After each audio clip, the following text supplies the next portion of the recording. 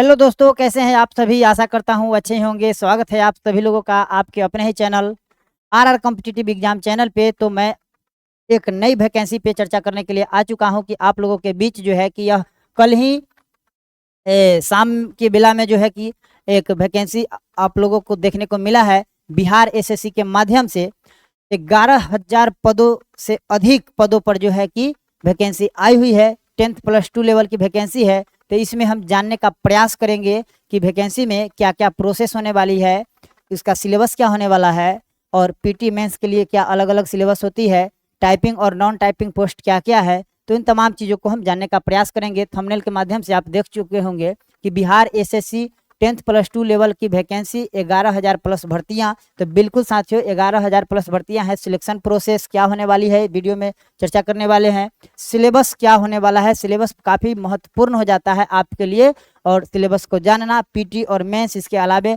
Typing भी होने वाली है। तो कौन सा टाइपिंग पोस्ट है और कौन सा नॉन टाइपिंग पोस्ट है, तो तमाम प्रकार की चीज़ें हमें देखने को मिल रही है। और वैकेंसी जब आई है तो इसके फॉर्म हम कब से भर सकते हैं, कब तक भर सकते हैं, इसके लिए हमें क्या क्या डॉक्यूमेंट्स चाहिए होता है, तो जानते हैं। वीडियो में आगे बने रहेंगे पूरे वीडियो में साथियों। तो जैसा कि ये नोटिफिकेशन मैं आपके सामने लेकर आया हूँ, और ये नोटिफिकेशन आप तक पहुँच चुका होगा, मैं ऐसा उम्मीद और आशा करता हूँ, क्योंकि ये खबर जो है कि रात में ही आ गई थी। मेरा थोड़ा स्वास्थ्य ठीक नहीं था, इसलिए मैं रात्रि में वीडियो नहीं कर पाया, और जो कि अभी वीडियो कर पा रहा हूँ। तो खैर कोई बात नहीं है। ये चीज़ पर तो है कि बहुत सारे यूट्यूबर जो है कि आपको और शिक्षक लोग बता चुके होंगे कि कौन कौन सी पद पर कौन कौन सी वैकेंसी है, और कितना वैकेंसी है, और किस पोस्ट के लिए टाइपिंग है, किस पोस्ट के लिए टाइपिंग नहीं है। तो मैं आपको यहाँ पर बता दूं कि किन पोस्ट पे टाइपिंग है और किन पोस्ट पे टाइपिंग नहीं है। तो घबराएं नहीं, जिनको टाइपिंग आता है उनके लिए भी अच्छी खबरें हैं, जिनको टाइपिंग नहीं आता है उनके लिए भी काफ़ी वक्त है, वो टाइपिंग सीख सकते हैं। और यदि सीख नहीं सकते हैं तो उनके लिए बगैर टाइपिंग वाला भी पोस्ट है। तो जानते हैं कि पहले तो हमें ये पता होना चाहिए साथियों कि विज्ञापन जो आई है तो इसको आवेदन की तिथि क्या है। तो आवेदन करने की तिथि जो है कि 27/9/2023, यानी 27 सितंबर 2023 से लेकर के हम 11 नवंबर 2023 तक आवेदन कर सकते हैं। तो इसमें तमाम प्रकार की चीज़ें हैं। इसमें आयु सीमा क्या होने वाली है, तो आयु सीमा में जो बातें कही गई है वह जनरल वाले कैंडिडेट के लिए 18 वर्ष, न्यूनतम योग्यता 18 वर्ष और अधिकतम जो है कि 37 वर्ष, 18 वर्ष और 37 वर्ष। इसके अलावे फीमेल कैंडिडेट्स हैं, इनके लिए भी अलग है। ओबीसी वाले के लिए 40 वर्ष, इसके अलावे एससी एसटी हैं तो उनके लिए 42 वर्ष। लेकिन कब से ये एज काउंट होंगे, तो वो चीज़ें आपको नीचे आयु वाला सेक्शन में दिया है कि 1 अगस्त 2023 से जो है कि एज से काउंट होने वाला है। यहाँ पर जो नॉन टाइपिंग वाला पोस्ट है साथियों, मैं यहाँ पे चर्चा कर दूं कि 13 नंबर कॉलम पे राजस्व कर्मचारी के अंतर्गत जो पद है भू राजस्व एवं भूमि सुधार विभाग में, वह इंटर स्तरीय एवं समकक्ष लेवल 2 का पद है साथियों। और इसमें किसी भी प्रकार की कंप्यूटर और टाइपिंग की आवश्यकता नहीं है। तो इन पोस्ट पर जो है साथियों की काफ़ी वैकेंसी है। कितना है मैं आपको बता दूं, तो कुल मिलाकर के 3,559 भर्तियां इस पे है। इसके अलावे और भी कुछ पद हैं जिस पे टाइपिंग नहीं है, लेकिन थोड़ा कम सीटें हैं। इसके अलावा जो टाइपिंग वाले पद हैं उसमें यहाँ पर पंचायत सचिव के जो पंचायती राज विभाग के अंतर्गत आता है, इसमें इंटरमीडिएट, लेकिन इसमें कंप्यूटर टंकन तथा एमएस ऑफिस कंप्यूटर का ज्ञान होना चाहिए। इसमें भी काफ़ी बड़ी भर्तियां हैं साथियों, 3,532 पदे। इसके अलावे भी ढेर सारी भर्तियां हैं जो आप इसको देख सकते हैं। यदि ये पीडीएफ आपको चाहिए तो आप बिहार एसएससी के वेबसाइट पर जाकर के देख सकते हैं। बहुत सारी वैकेंसियां हैं, लेकिन मैं यहाँ पर बता दूं कि आयु सीमा, तो आयु सीमा में जो मैंने आपको मौखिक रूप से कहा उसे आपको देखने की ज़रूरत है। आप देख सकते हैं कि उम्र सीमा, तो उम्र सीमा जो गणना होगी, एज काउंट किए जाएंगे, वह 1 अगस्त 2023 से किए जाएंगे। और इसके अलावे यहाँ पर मैंने बताया था कि न्यूनतम आयु सीमा 18 वर्ष होनी चाहिए, प्लस में 10th+2 हमें हो जानी चाहिए, यानी इंटर हम पास हो जाने चाहिए। इसके अलावे 18 वर्ष तो न्यूनतम आयु सीमा हो गई। अधिकतम की बात करते हैं तो जनरल वाले पुरुष कैंडिडेट के लिए 37 वर्ष और महिला के लिए 40 वर्ष। इसके अलावे ओबीसी जो पिछड़े वर्ग के हैं उनके लिए 40 वर्ष, और इसके अलावे अनुसूचित जाति और जनजाति एससी एसटी के लिए जो है कि पुरुष और महिला सामान्य रूप से यहाँ पर 42 वर्ष के लिए एलिजिबल हैं। अब आगे हम बातें करेंगे कि इसमें सिलेक्शन प्रोसेस क्या होने वाला है साथियों। तो सिलेक्शन प्रोसेस पर चर्चा होना काफी जरूरी हो चुका है, क्योंकि हमारे मन में तरह तरह के प्रश्न है कि इसकी सिलेबस क्या है, पीटी के सिलेबस क्या होते हैं, मेंस के सिलेबस क्या होते हैं, टाइपिंग हमें क्या करना है, हिंदी करना है, अंग्रेजी करना है, इन तमाम चीज़ों पर जो है कि हम चर्चा करने जा रहे हैं। तो बने रहेंगे वीडियो में। चलिए साथियों, तो अब हम सिलेबस और पीटी मेंस पर चर्चा करते हैं कि क्या क्या होने वाली है सिलेबस। तो सिलेबस में हमारे 4 सेक्शन देखने को मिलेंगे। ध्यान रखेंगे, सिलेबस में हमें 4 सेक्शन देखने को मिलेंगे। तो क्या क्या वो सेक्शन हो सकता है, क्या क्या होता है, ये जानने का प्रयास करेंगे। तो सिलेबस में जो पीटी जो हमारा होने वाला है, इसके लिए हमसे गणित पूछे जाएंगे। कितने नंबर के? तो साथियों याद रखेंगे, गणित हमसे 25 नंबर के, जिसमें अरिथमेटिक और एडवांस दोनों पूछे जाते हैं।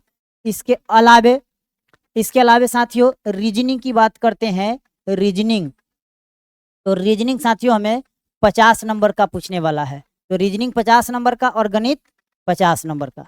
इसके अलावे हमसे साइंस की बातें करेंगे। साइंस यानी फिजिक्स, केमिस्ट्री, बायोलॉजी, ये तीनों सेक्शन से मिलाकर के हमें साथियों 25 नंबर पूछे जाएंगे।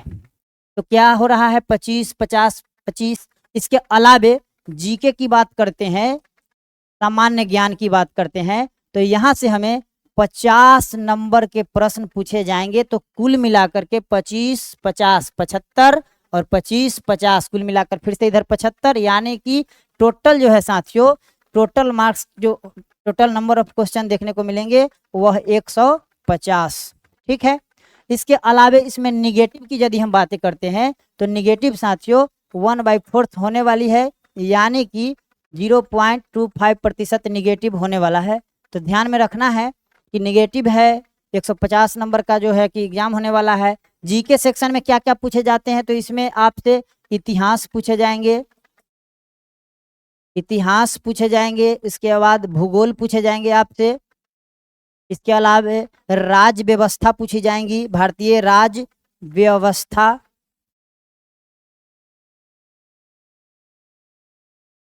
राज्य व्यवस्था। इसके अलावे अर्थव्यवस्था पूछी जाएंगी, अर्थव्यवस्था। इसके अलावे राष्ट्रीय एवं अंतरराष्ट्रीय घटना चक्र, घटना चक्र पूछे जाएंगे। करेंट अफेयर के माध्यम से, करेंट अफेयर्स, करेंट अफेयर्स के माध्यम से ये तमाम चीज़ें जो है कि आपको देखने को मिलेंगे पीटी एग्जाम में। और साथियों पीटी और मेंस दोनों का जो सिलेबस होता है वह सेम होता है। ठीक है, तो यहाँ पे कंफ्यूजन नहीं रखना है कि मेंस अलग होना है और पीटी अलग होना है। तो पहला तो हमें लक्ष्य यही रखना है कि हमें पीटी कैसे क्लियर करना है। ठीक है, तो पीटी कैसे क्लियर करना है, तो हमें तमाम इन चीज़ों पर जो हमने बताया कि रीजनिंग के 50 प्रश्न, मैथ के 25, फिजिक्स, केमिस्ट्री, बायोलॉजी यानी साइंस सेक्शन से 25 नंबर, और इसके अलावे जीके सेक्शन जिनमें इन तमाम चीज़ों को इंक्लूड रहेगा 50 नंबर पूछे जाएंगे। इसके आधार पर ही जो है कि पीटी का रिजल्ट आता है, और जो छात्र पीटी में शामिल किए जाते हैं, यानी पीटी एग्जाम के रिजल्ट में जो लोग शामिल होते हैं उन्हीं को मेंस देना होता है।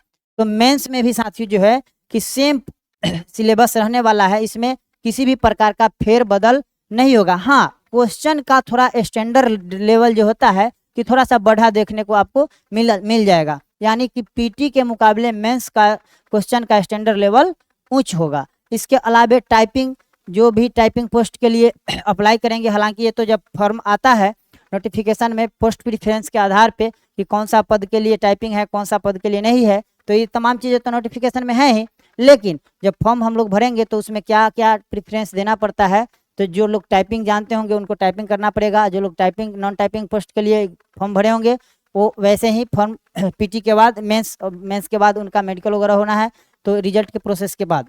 लेकिन मैं एक प्रश्न मेरे मन में अभी ये आ रहा है साथियों, मेरे मन में प्रश्न आ रहा है कि जो लोग टाइपिंग नहीं जानते हैं, जैसे मुझे टाइपिंग नहीं आता है, तो मैं अभी क्या कर सकता हूँ। तो साथियों अभी बहुत लंबा समय रहेगा, क्योंकि ये वैकेंसी तुरंत क्लियर होने वाली नहीं है। दैट मीन्स कि इनमें कई सारे प्रोसेस हैं, पीटी होगा, अभी तो आवेदन लिए जाएंगे, तो आवेदन लगभग 40 दिन प्रोसेस चलने वाला है, 27 सितंबर से लेकर 11 नवंबर, तो पूरे अक्टूबर उधर नवंबर, कुल मिलाकर के मोटा मोटी 45 दिन तक के जो है कि आवेदन करने का समय रहेगा। इसके पश्चात इन दिनों में ही हमें अपना जो जरूरी का डॉक्यूमेंट है, कास्ट सर्टिफिकेट, ओबीसी है तो एनसीएल, इसके अलावा इनकम, जो भी चीज़ें हैं वो बना लेंगे। और फॉर्म बहुत ही बारीकी से भरने की आवश्यकता है साथियों, क्योंकि यह बीपीएससी आयोग नहीं है जो बार बार सुधारने का और करेक्शन करने का मौका देगा। आपको साफ साफ नोटिफिकेशन में कह दिया गया है कि आपको फॉर्म में जो है कि करेक्शन का ऑप्शन नहीं दिए जाएंगे, तो फॉर्म जो है कि बहुत ही सावधानी से और बारीकी से भरने की ज़रूरत है।